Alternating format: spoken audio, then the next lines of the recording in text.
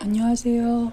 오랜만에 위대한 영화 감독 시리즈 3편 드니 빌레브 감독의 영화 프리즈너스로 돌아온 장 감독입니다. 이 작품은 드니 빌레브 감독의 전작 그을린 사랑이 성공을 거둔 후 헐리우드에 진출해 만들었던 첫 번째 영화입니다. 이때부터 촬영 감독 로저 디킨스와 음악 감독 요한 요하손과의 협업도 시작됐고요.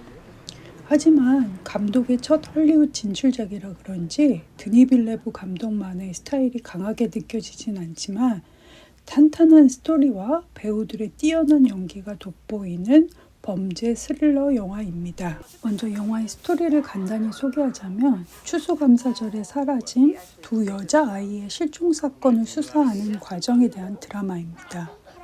두 아이를 찾기 위해 용의자 알렉스를 사적으로 감금하고 신문하는 아버지 켈러와 아이들의 유기 사건을 해결하기 위해 애쓰는 로키 형사, 두 인물을 중심으로 이야기가 펼쳐집니다. 상영시간이 2시간 33분으로 꽤 긴 편이지만 전혀 지루할 틈 없이 긴장감 넘치는 영화인데요. 저는 영화를 다 보고 나서 제목 프리즈너스에 대해 곱씹어 생각하게 됐습니다. 프리즈너는 영어로 죄수, 재소자라는 뜻도 있지만 포로라는 뜻도 있습니다. 이 영화의 제목은 후자, 포로에 더 가깝지만 결국 죄수가 되고 마는 캐릭터들도 있습니다.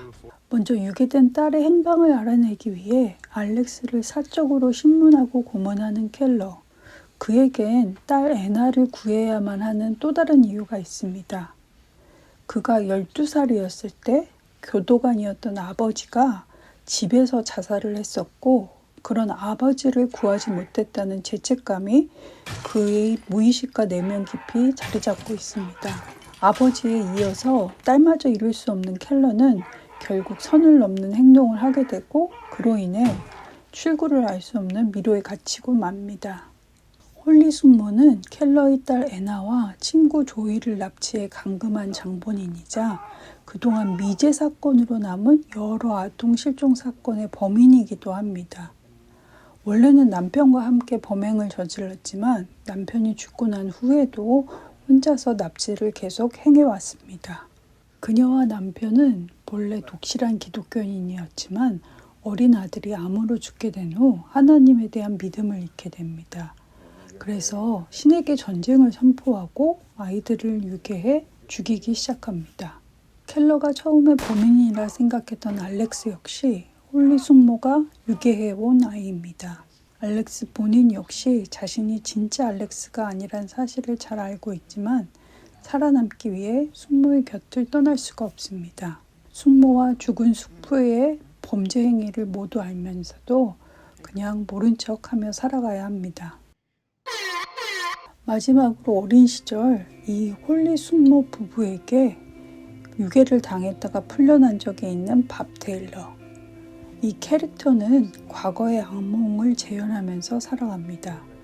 마치 유괴범이 했던 범죄를 모방하면서 과거의 포로가 되어서 살고 있습니다. 영화 후반부에 밥 테일러가 유괴 사건의 용의자로 의심받게 되면서 미로 이미지가 본격적으로 등장합니다. 이 미로는 홀리 숙모와 남편이 아이들을 유괴하고 미로를 다 풀면 집으로 돌아갈 수 있다고 했던 모양입니다.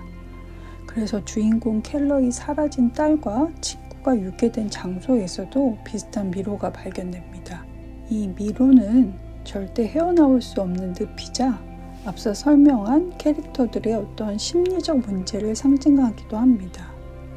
아버지의 자살에서 벗어나지 못하는 켈러, 신에 대한 믿음을 잃고 범죄를 저지르는 홀리 숙모, 자신의 정체성을 숨기고 생존을 택한 알렉스, 그리고 과거의 악몽을 모방하는 기이한 성격의 밥 테일러, 모두 미로 속에 갇힌 포로이자 죄수들입니다.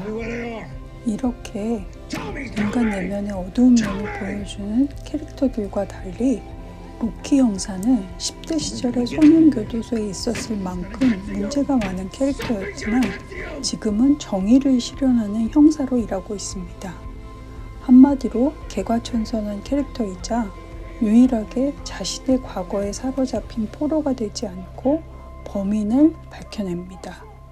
그 역시 범인을 찾지 못해 답답한 미로 속에서 허우적댈 때도 있었지만 그의 뚝심과 열정으로 미로를 마침내 벗어나고 후반부에는 실종된 켈러까지 찾아나게 됩니다. 실제로 켈러를 구하는 모습까진 보여주지 않지만 그가 땅속에 갇혀 있는 걸 호루라기를 통해 알게 되면서 끝나는 엔딩씬이 무척 인상적입니다. 영화 프리즈너스는 시카리오나 컨택트처럼 드니 빌레브 감독만의 스타일이 돋보이는 영화는 아니었지만 인간 내면의 어두운 본성을 진지하게 탐구한다는 점에서는 감독의 DNA가 확실하게 느껴지는 작품이었습니다. 그럼 오늘 영상은 여기까지고요. 다음에 그을린 사랑으로 다시 돌아오겠습니다.